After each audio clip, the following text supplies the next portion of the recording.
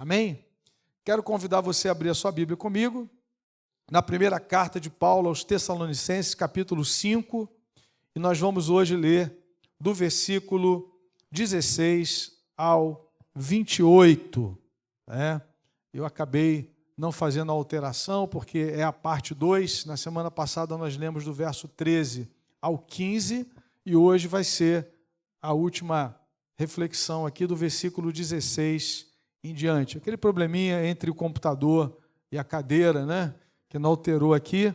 Como é a parte 2, você aproveita já o enunciado. Tá bom, irmãos? Então é a exposição final dessa primeira carta.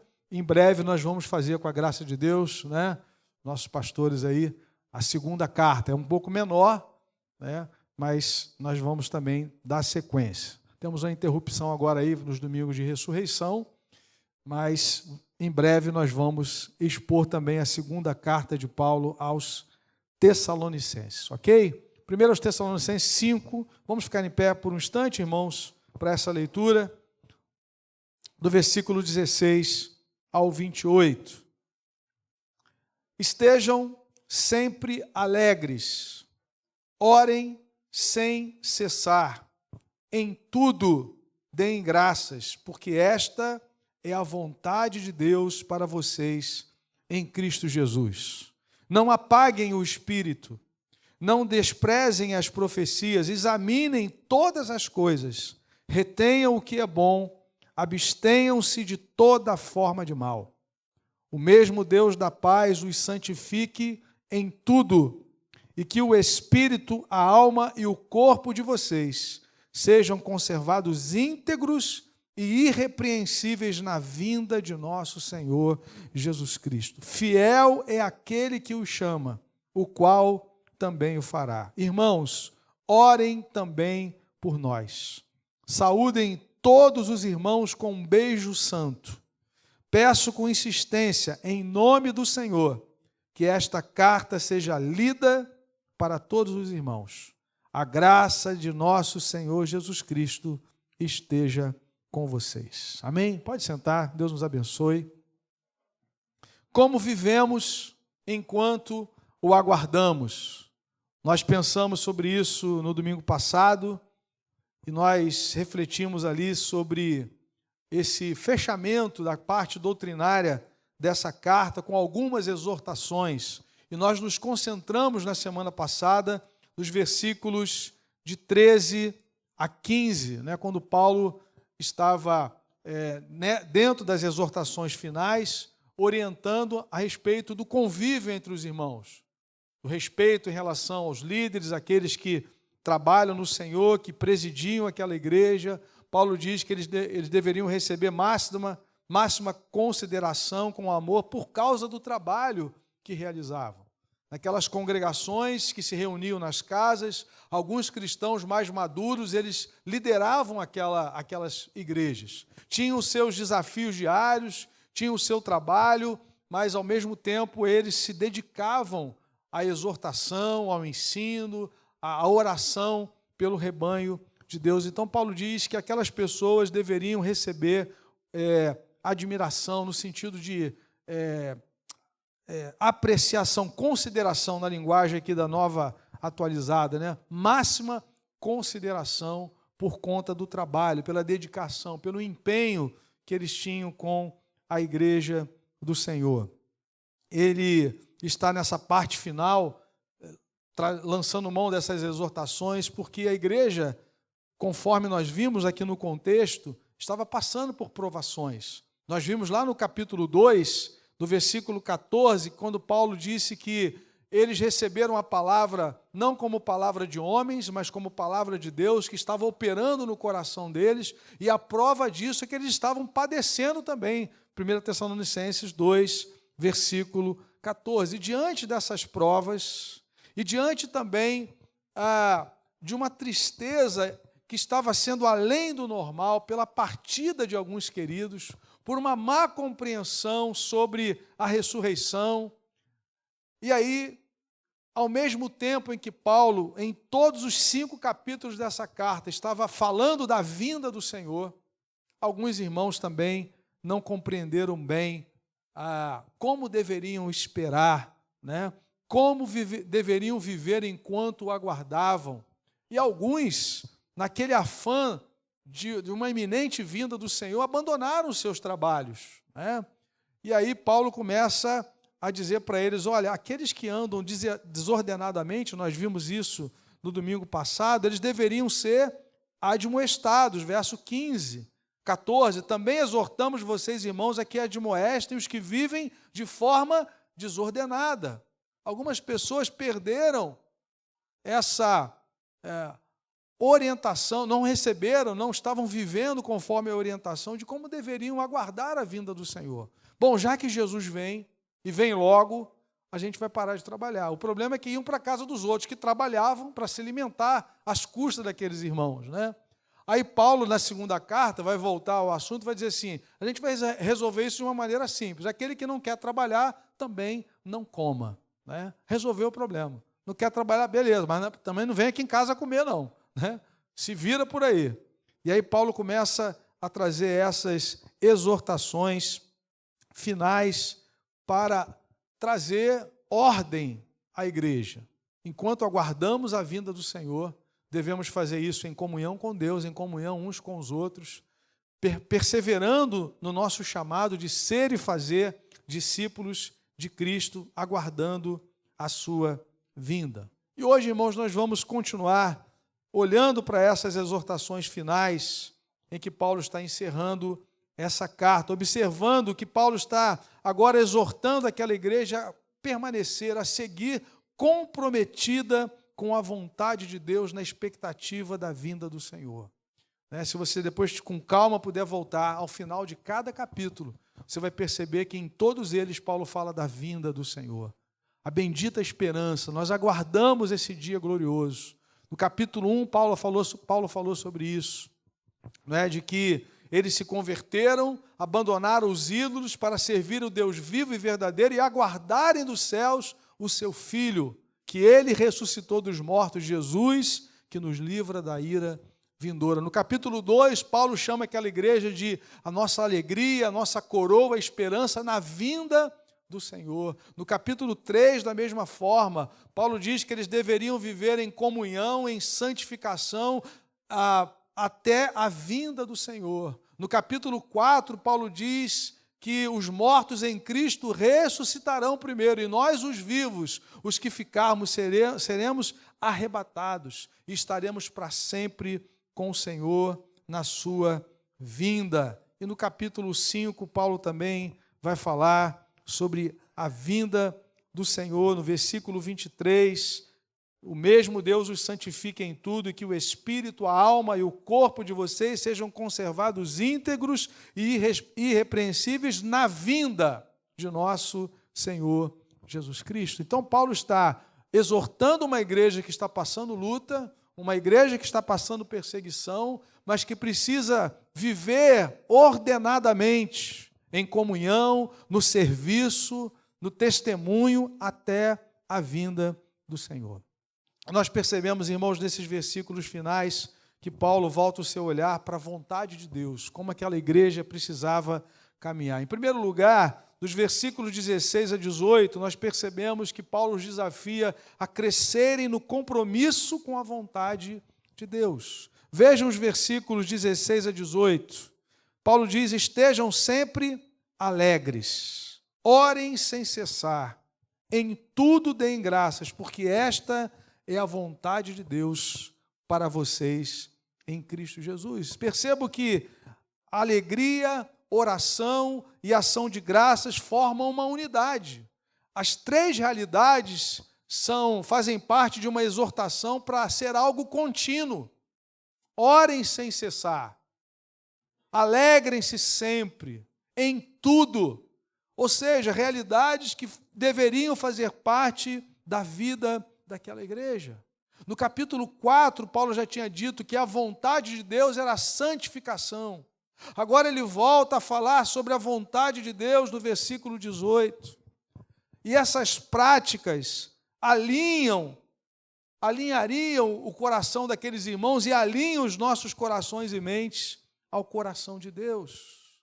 Mesmo padecendo perseguição dos cristãos na Judéia, eles deveriam estar em constante oração, se alegrando, dando graças por quem eles eram em Cristo, pela obra plena de Jesus nas suas vidas. Eles receberam a palavra no meio de tanta tribulação, e a palavra floresceu no coração deles. Eles receberam não como palavra de homens, mas como palavra de Deus, e a prova disso é que essa palavra estava trabalhando no coração deles. Então, por conta disso, eles deveriam, mesmo diante das adversidades, terem os seus corações alinhados, as suas mentes, à vontade de Deus. Orem sem cessar. Nós não oramos, irmãos, para mudar a mão de Deus, para mudar a vontade de Deus, mas para nós nos alinharmos à vontade de Deus. Nós podemos dar graças em todas as situações, porque nós cremos que o Senhor guia as nossas vidas, que Ele é um Deus bom, mesmo no mundo caído. Ele é bom mesmo quando as circunstâncias não são boas. Por isso nós podemos dar graças.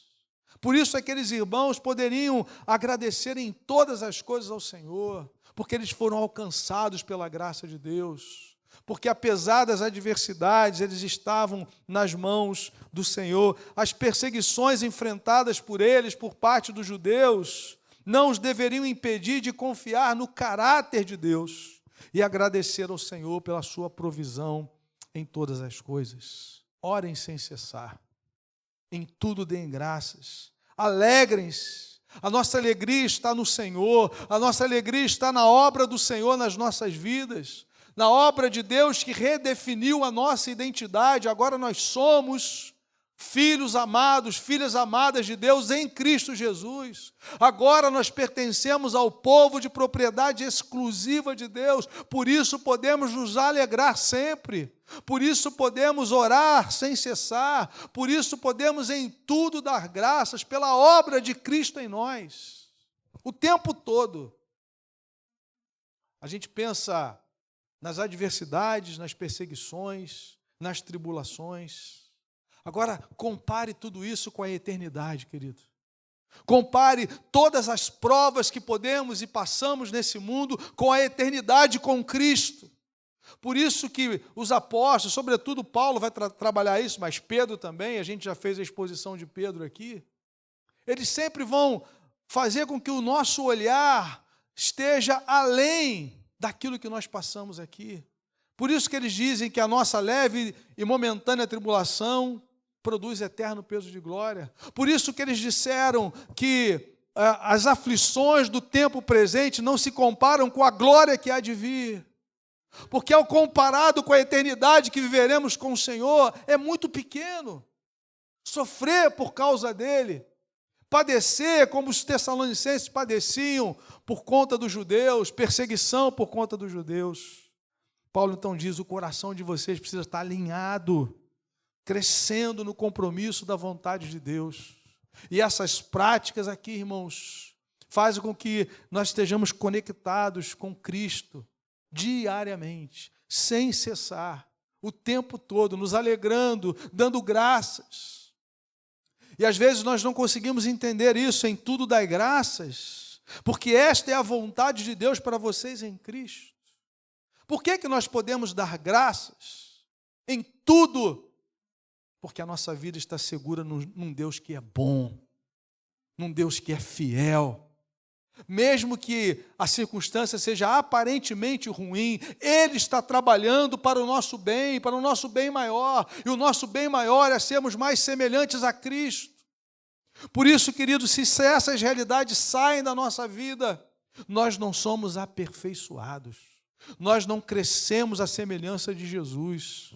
É por isso que Tiago diz que a gente deveria ter alegria ao passarmos por várias tribulações, porque elas sempre vão produzir coisas boas em nós, para que nós sejamos íntegros, em nada deficientes na nossa fé. Tira a tribulação da sua vida, tira a aflição da sua vida, tira a provação da sua vida, você fica estagnado. Talvez os seus lábios nem se abram mais para a oração.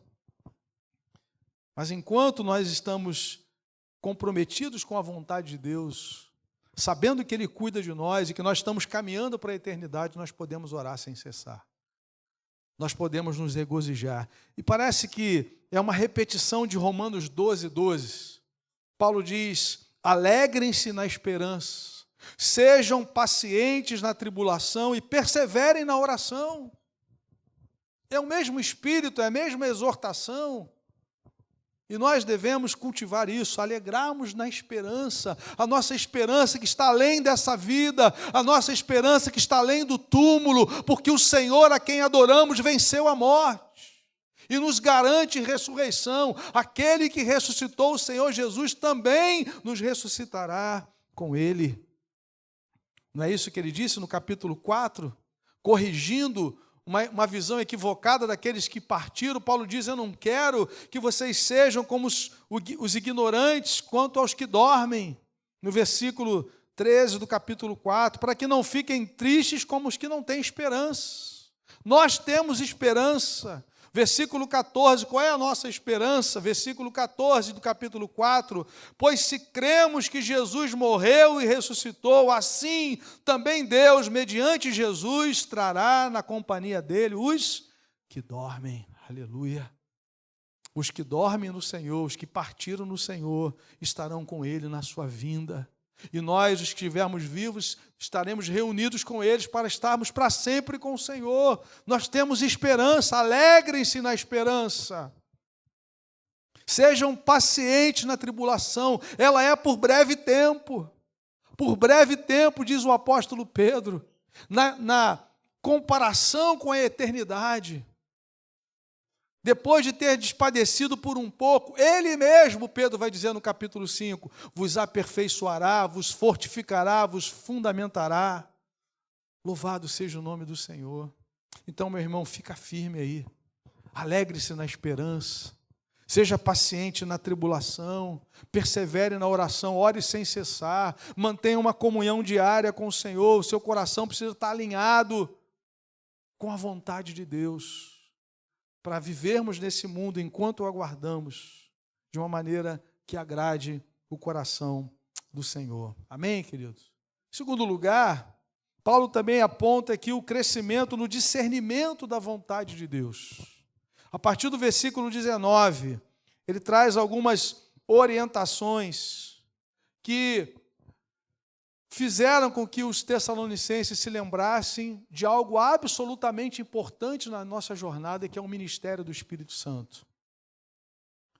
Para que nós pudéssemos, irmãos, trilhar o caminho do Senhor, nos lembrarmos da palavra de Jesus. O Espírito Santo viria, disse Jesus, e os lembraria de tudo aquilo que Jesus ensinou. O Espírito Santo aplicaria a obra de redenção a nós. Ouvimos. Depois que ouvistes a palavra da verdade, o evangelho da vossa salvação, tendo nele crido, fostes selados com o Espírito Santo. Da promessa. Faltou o tapinho, né, irmã? E aí, queridos, Paulo está dizendo que aqueles irmãos deveriam considerar o ministério do Espírito Santo. Não apaguem o Espírito. Não apaguem o Espírito, não desprezem as profecias, examinem todas as coisas, retenham o que é bom e abstenham-se de toda forma do mal. Também estão em conjunto essas exortações. E aqui o ponto central é o ministério do Espírito Santo. Foi o Espírito Santo que fez o Evangelho chegar até eles em plena convicção. Capítulo 1, nós vimos isso, a primeira reflexão aqui, trazida pelo pastor Érico, quando o Evangelho chegou ali em Tessalônica, veja o versículo 5, porque o nosso Evangelho não chegou a vocês somente em palavra, mas também em poder, no Espírito Santo e em plena convicção. Eles receberam o Evangelho pela atuação do Espírito Santo. Conosco não foi diferente. Ouvimos, cremos, fomos selados. Fomos convencidos pelo Espírito Santo. Essa semana eu estava ouvindo uma citação do pastor Ronaldo Lidório sobre o ministério do Espírito Santo. Uma citação de Francis Schaeffer, de que você pode até convencer uma pessoa de que ela é pecadora. Você pode conversar com alguém e por seus argumentos humanos dizer para ela: você é uma pessoa pecadora, você é uma pessoa imperfeita. Mas Schaeffer dizia que, embora nós possamos convencer alguém de que ela é pecadora, só o Espírito Santo pode convencê-la de que ela está perdida e precisa de Deus. Necessita de Deus para ser perdoada, transformada e regenerada. Talvez até pessoas possam dizer: não, realmente eu não sou uma pessoa perfeita. Mas isso não é suficiente. Nós precisamos desesperadamente reconhecer que somente Jesus pode nos salvar, pode nos transformar, pode nos perdoar, que a salvação é um dom de Deus, não vem de nós. Não é fruto do nosso esforço, não é fruto das nossas ações religiosas, de baixo para cima. O Filho do Homem veio buscar e salvar o que estava perdido. O Evangelho só é indicado para pecadores. Os sãos não precisam de médico, e sim os doentes. Jesus diz: eu não vim chamar justos, mas sim pecadores ao arrependimento. Foi esse Espírito que operou no coração daqueles irmãos em Tessalônica, como também nas nossas vidas. O Espírito estava trabalhando também na santificação deles. Nós vimos isso no capítulo 4. Paulo diz: vocês receberam instruções claras da parte de Deus. Versículo 3, a vontade de Deus é a santificação de vocês, que se abstenham da imoralidade sexual.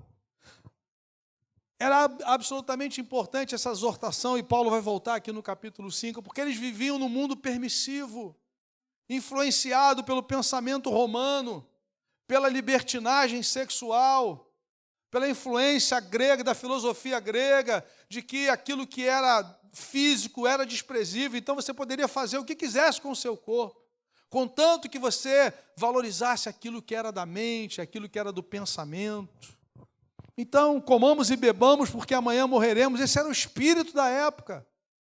E o Espírito Santo mostrou para aqueles irmãos que eles deveriam viver agora, depois de salvos por Jesus, uma vida de separação para Deus. E veja o versículo 8. Portanto, quem rejeita essas coisas, não rejeita uma pessoa, mas rejeita a Deus, que também dá o seu Espírito Santo a vocês. Mas e agora, no nosso dia a dia? O Espírito Santo nos convenceu, nos rendemos a Cristo, o Espírito Santo tem nos instruído sobre como devemos viver a nossa vida cristã, e por essa razão nós não podemos apagar o Espírito, não podemos deixar de ouvir a direção, a orientação que vem do Espírito pela sua palavra. Por isso não desprezeis as profecias, aquilo que nos foi revelado em Cristo, a maneira como devemos caminhar na história. E é assim que nós vamos tendo o discernimento da vontade de Deus para nós, como devemos caminhar. Orientados pelo Espírito e pela sua palavra, temos condição de examinar todas as coisas e reter aquilo que é bom e nos livrarmos, nos abstermos daquilo que é mal, aquilo que não edifica, aquilo que não glorifica a Deus, e vamos tendo discernimento à medida do tempo que vamos caminhando e não apagamos o Espírito. E podemos discernir qual é a voz de Deus das outras vozes. Percebam, irmãos, em 2 Tessalonicenses, capítulo 2, Paulo vai dizer, versículos 1 e 2, irmãos, 2 Tessalonicenses 1 e 2, capítulo 2, 1 e 2. Irmãos, no que diz respeito à vinda de nosso Senhor Jesus Cristo e à nossa reunião com Ele, pedimos que vocês não se deixem demover facilmente de seu modo de pensar, nem fiquem perturbados, quer por espírito, quer por palavra, quer por carta, como se procedesse de nós, dando a entender que o dia do Senhor já chegou.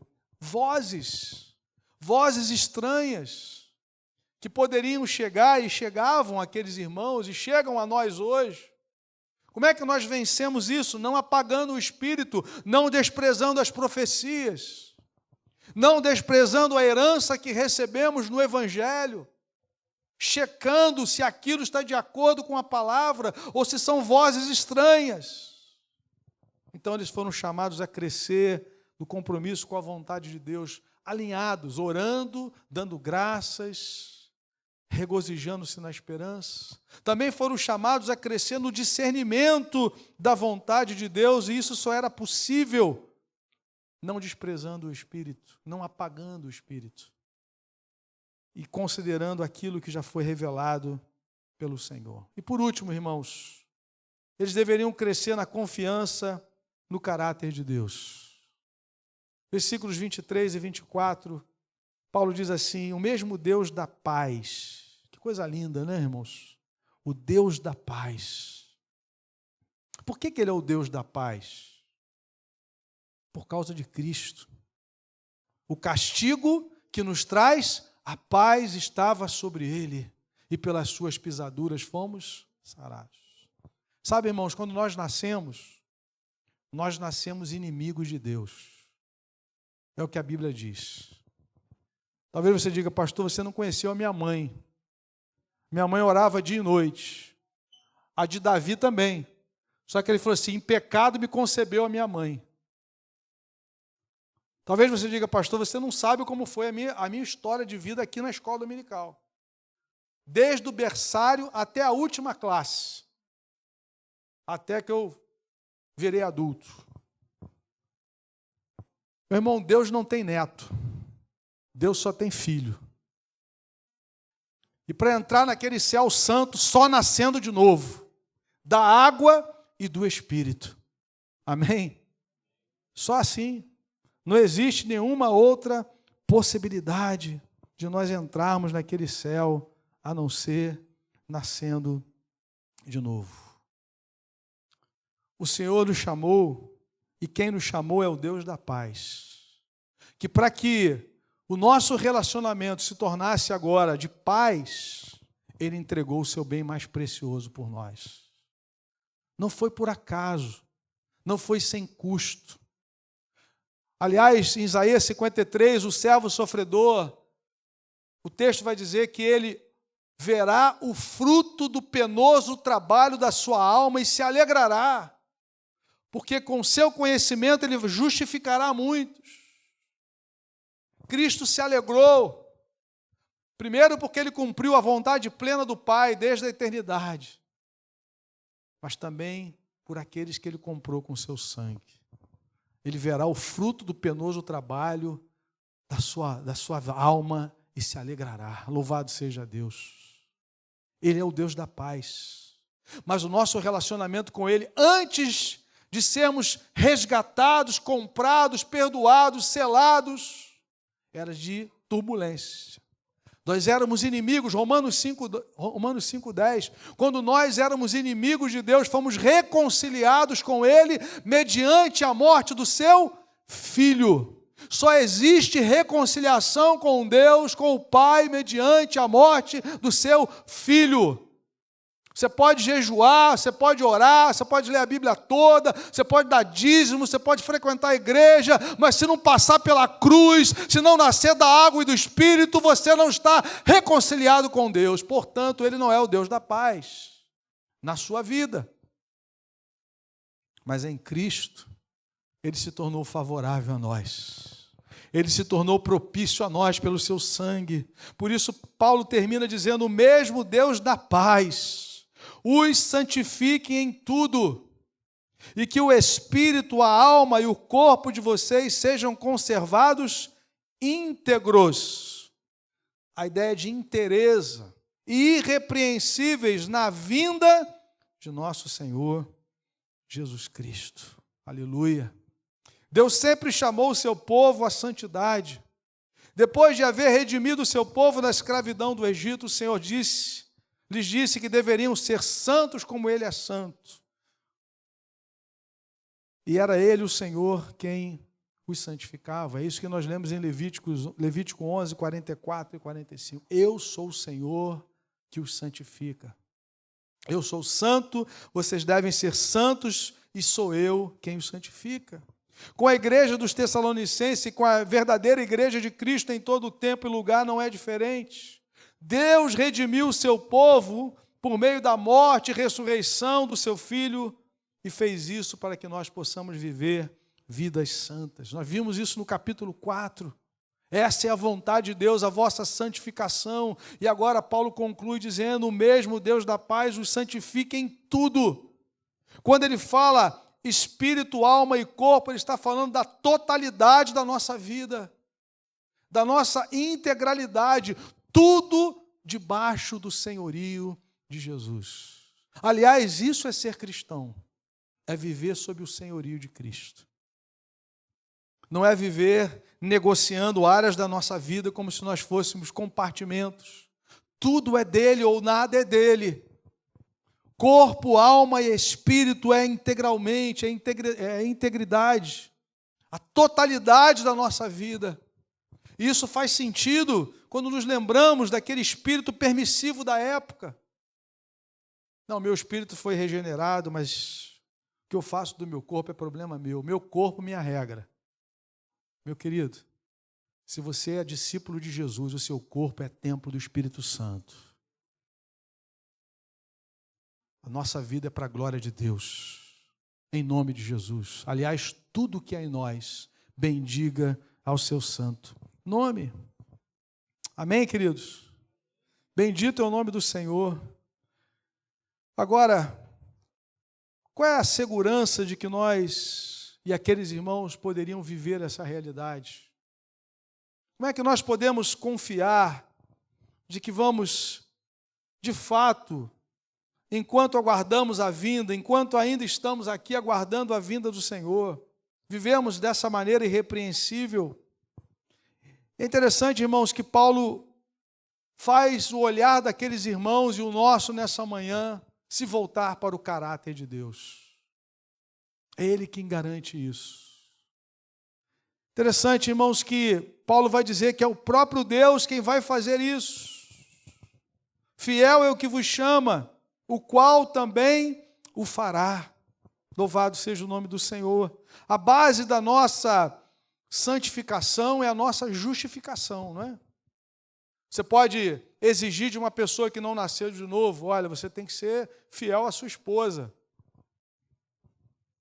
Você pode exigir de alguém que não nasceu de novo: olha, você precisa ser uma pessoa fiel na sua contribuição, regular. Ele não nasceu de novo ainda. Como é que eu posso orientar um marido, quando estiver fazendo um aconselhamento bíblico, um marido não crente, a amar a esposa dele como Cristo amou a igreja? Como J. Adams dizia, para um não crente você não vai aconselhar, você vai evangelizar. Não é isso? Agora, quando você é nascido de novo, a sua justificação, a obra que Cristo fez em nós é a base para a nossa santificação. Porque do contrário, você vai ser legalista e você não vai dar conta. Se não for pela obra do Espírito na sua vida, te dando uma nova natureza, você não vai atingir o padrão de Deus. Por isso Paulo está dizendo: sabe por que é possível viver isso? Porque fiel é aquele que nos chama, o qual também o fará. Nós olhamos para o caráter dele e nós podemos confiar em nome de Jesus. 1 Coríntios capítulo 6. Vejam, irmãos, que se não fosse essa obra, como é que nós poderíamos viver uma vida santa? 1 Coríntios 6, de 9 a 11. Vejam que é a justificação em Cristo, que é a base para vivermos uma vida santa. 1 Coríntios 6, de 9 a 11. Paulo diz: ou vocês não sabem que os injustos não herdarão o reino de Deus? Não se enganem. Nem imorais, nem idólatras, nem adúlteros, nem afeminados, nem homossexuais, nem ladrões, nem avarentos, nem bêbados, nem maldizentes, nem roubadores herdarão o reino de Deus. Se parar no versículo 10, vai ser um desespero. Não é? Olha a lista. E ela é crescente. Paulo dá só uma introduzida, né, no assunto. Mas o versículo 11: alguns de vocês eram assim. Paulo olha para aquela comunidade e vê a graça salvadora se manifestando. Mas vocês foram lavados, foram santificados, foram justificados no nome do Senhor Jesus Cristo e no Espírito do nosso Deus. Aleluia! Por isso que nós vamos entrar no reino, que nós fomos lavados, santificados, justificados. Bendito é o nome do Senhor. Aleluia! Fiel é o que vos chama, o qual também o fará. Bendito seja Deus. A esperança da nossa glorificação é o caráter de Deus. Ele é fiel. Ele é fiel. Nós não devemos colocar o nosso olhar na nossa limitação, mas no caráter de Deus. Dependermos do seu Espírito, cultivarmos a vida de oração, como Paulo orientou aqui, cultivarmos uma comunhão diária com esse Deus, deixando que a sua palavra nos transforme, sendo confrontados, porque nos versículos de 13 a 15 ele falou sobre a comunhão. Muitas vezes, para que nós voltemos ao caminho, seremos admoestados, seremos amparados, seremos consolados, por causa da graça, da misericórdia de Deus. Mas temos a certeza que o Senhor é fiel para cumprir o seu propósito nas nossas vidas. E aí, irmãos, caminhamos para o final dessa carta. Nas saudações finais, nós percebemos que Paulo ainda faz alguns destaques importantes sobre a vida comunitária. Primeiro, a humildade da interdependência. Versículo 25, irmãos, orem também por nós. Isso aqui é muito bonito, irmãos. Esse está no plural aqui porque, se você olhar o início da carta, Paulo, Silvano e Timóteo é uma equipe, né? Embora Paulo seja o remetente da carta. Às vezes também ele se apresentava na primeira pessoa do plural. Mas isso aqui nos fala de que nós não pertencemos, os líderes da igreja, e nenhum de nós faz parte de uma classe especial de cristãos que não precisa ser encorajado, que não precisa de oração, que não precisa aprender mais. Orem também por nós. Se no capítulo 3 ele disse que noite e dia orava pelaquela igreja, agora ele diz, orem também por nós. Eu preciso de oração. Isso é muito tremendo, irmãos. Porque há um risco nas nossas vidas de acharmos que nós não precisamos do ministério uns dos outros. Que o Espírito Santo só fala comigo. Que só eu posso pregar, que só eu sei cantar, que só eu sei orientar, que só eu sei aconselhar. Nós fazemos parte de uma comunidade em Cristo, de fé. Nós somos um corpo. Nós somos membros uns dos outros, nós somos edificados um pelo outro. E aqui Paulo nos dá essa orientação, esse destaque final aí, né? Também ele vai falar sobre a afetividade entre os irmãos que é gerada pelo Espírito Santo. Saúdem todos os irmãos com um beijo santo. No final você vai poder praticar isso, tá bom, irmão? Não vai embora sem beijar toda a igreja. Vai chegar em casa às 5h30 hoje, né? Mas isso aqui é afetividade, né? Nós estamos juntos, nós estamos em Cristo. Isso é maravilhoso. Afeto no mundo tão cruel, né? No mundo tão dividido como o nosso. Para um mundo dividido, só uma igreja unida. A resposta de Deus para o mundo dividido, esquartejado, dividido politicamente, dividido ideologicamente, só uma igreja unida em Cristo Jesus, com a capacidade de orar um pelo outro, de beijar um ao outro, de encorajar um ao outro, para a glória do Senhor. Paulo também fala da importância da palavra de Deus para o crescimento da igreja. Por isso a insistência da leitura da carta entre os irmãos. Peço com insistência, em nome do Senhor, que esta carta seja lida para todos os irmãos. Não havia grupo de WhatsApp na época, que a mensagem era para todo mundo que estava lá no grupo. Então, gente, vamos ler a carta. Vamos encorajar uns aos outros. Isso faz parte do nosso crescimento. Nós precisamos ser encorajados sempre com a palavra de Deus. Então, façam isso em nome de Jesus. Por último, irmãos, em todos os desafios que os tessalonicenses enfrentaram no primeiro século e os que nós enfrentamos hoje, a graça do Senhor Jesus nos basta. Se a graça de Cristo está conosco. Nós podemos vencer as provas, as lutas e as tentações enquanto aguardamos a sua vinda. A Ele toda a glória. Paulo termina dizendo: a graça de nosso Senhor Jesus Cristo esteja com vocês. Amém, irmãos? É a minha oração nessa manhã, que a graça do Senhor Jesus esteja conosco, nos capacitando a vencermos os desafios na presença do nosso Deus. Duas aplicações, irmãos, para nós orarmos. A primeira delas: você tem confiado no caráter de Deus num mundo caído? No mundo caído. Se você confia no caráter de Deus, que o Senhor é bom, mesmo quando as situações não são, você pode dar graças em tudo. Você pode ter a certeza que Ele sabe o que está fazendo na sua vida. Você pode ter certeza que a direção dEle é melhor para a sua vida, para a vida da igreja. Então, nós podemos confiar no caráter de Deus, nós podemos dar graças ao Senhor porque Ele é bom, ainda que as circunstâncias que nos cercam não parecem ser boas. Há coisas que nós não conseguimos explicar, entender. Aqueles que não conhecem a Cristo dizem: por que coisas ruins acontecem com pessoas boas? E nós que conhecemos o Evangelho dizemos: por que acontecem coisas boas com pessoas tão ruins? Porque há um Deus que é bom o tempo todo. Fiel é o que vos chama. E nele nós podemos confiar. Nós podemos confiar a nossa vida ao Senhor. Não é uma questão de probabilidade, como dizia Martin Lloyd Jones. Alguns diziam assim: não, você pode confiar em Deus, é como você entra num trem, igual a dona Lília entrou, um trem que vai de Londres a alguma outra cidade, ele dizia, e você, mesmo sem conhecer o motorista, o maquinista, você crê que vai chegar. Ele falou: isso é probabilidade. Com Deus não é assim, é pela fé, porque Ele é bom o tempo todo. Não é uma questão de probabilidade, é de confiança.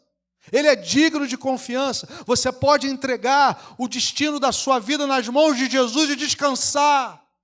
Ele é o bom pastor, Ele deu a vida pelas ovelhas, as minhas ovelhas ouvem a minha voz, eu lhes dou a vida eterna e ninguém as arrebatará das minhas mãos. É no caráter de Deus que você confia para dirigir a sua vida, meu irmão. Você ainda é o Senhor da sua vida. Quem é o Senhor? Essa é a pergunta que nós precisamos fazer. Quem é o Senhor? Quem é que está no trono? Quem é que está dominando? Quem é que está governando? Qual é a voz que nós escutamos? Não apagueis o espírito, não desprezeis profecias. Deixa Deus guiar você. Descansa no caráter de Deus, em nome de Jesus. Sua caminhada diária com Cristo, você tem apagado o Espírito ou tem cultivado uma vida cheia do Espírito Santo? Não apagueis o Espírito. Efésios 5,18, enchei-vos, deixai-vos encher pelo Espírito. Tem a ver com aquilo que nós falamos, cantamos, oramos, nos sujeitamos uns aos outros. Gente cheia do Espírito se sujeita aos outros. Gente vazia do Espírito quer dominar sobre os outros. Se acha mais importante que os outros.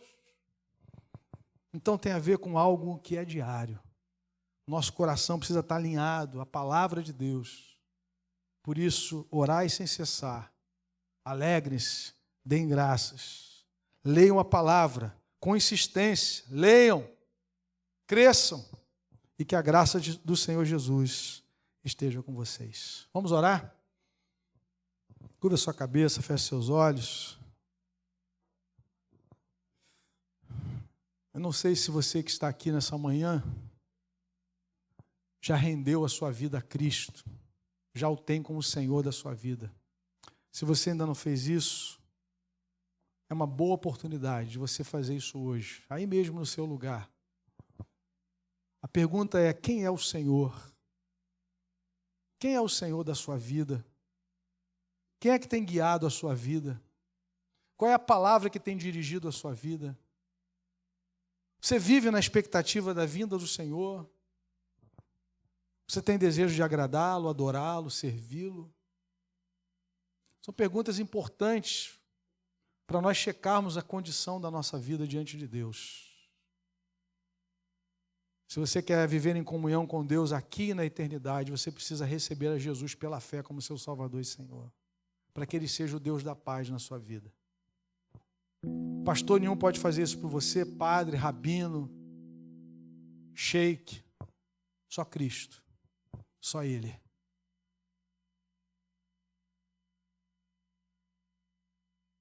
E a você até a eternidade. Receba a Jesus pela fé nessa manhã. Ore no seu lugar. No final do culto, se você quiser conversar conosco, nós estamos aqui para te ajudar. Orarmos juntos, em nome de Jesus. Meu irmão, eu quero orar por você nessa hora. Essa é uma palavra de exortação à igreja.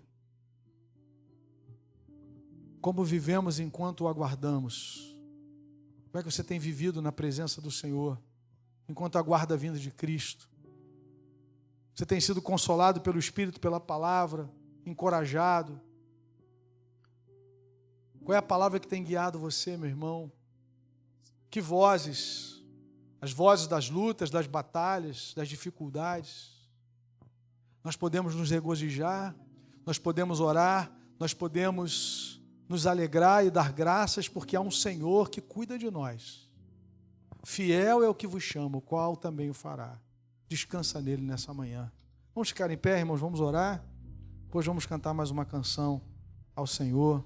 Coloque a sua vida diante dele, em nome de Jesus. É hora de nós reafirmarmos a nossa fé, a nossa confiança no caráter de Deus, de que Ele é bom e nós cremos nisso, de que Ele é digno de confiança e que nós não precisamos olhar para trás e nos arrependermos de um dia termos entregue a nossa vida e rendido a nossa vida a Ele, porque Ele é poderoso, Ele é a pessoa mais capaz no universo de conduzir a nossa vida até a eternidade.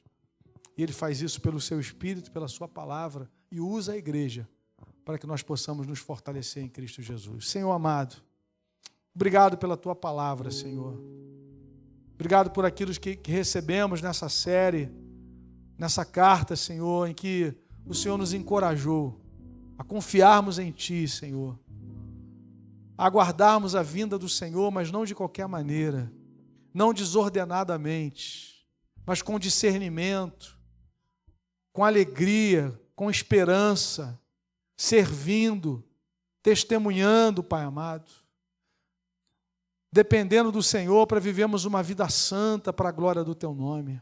Continua trabalhando em nós, Senhor, que o nosso espírito, alma e corpo sejam conservados íntegros e irrepreensíveis na vinda do Senhor, para o louvor da Tua glória. Toma a Tua igreja, cuida de cada um, Senhor, sustenta o Teu povo no dia a dia, livra-nos do mal e faz de nós testemunhas vivas do poder do Evangelho de Jesus na nossa vida. Nós Te adoramos, Te bendizemos nessa manhã, em nome de Jesus. Amém. Vamos louvar o Senhor.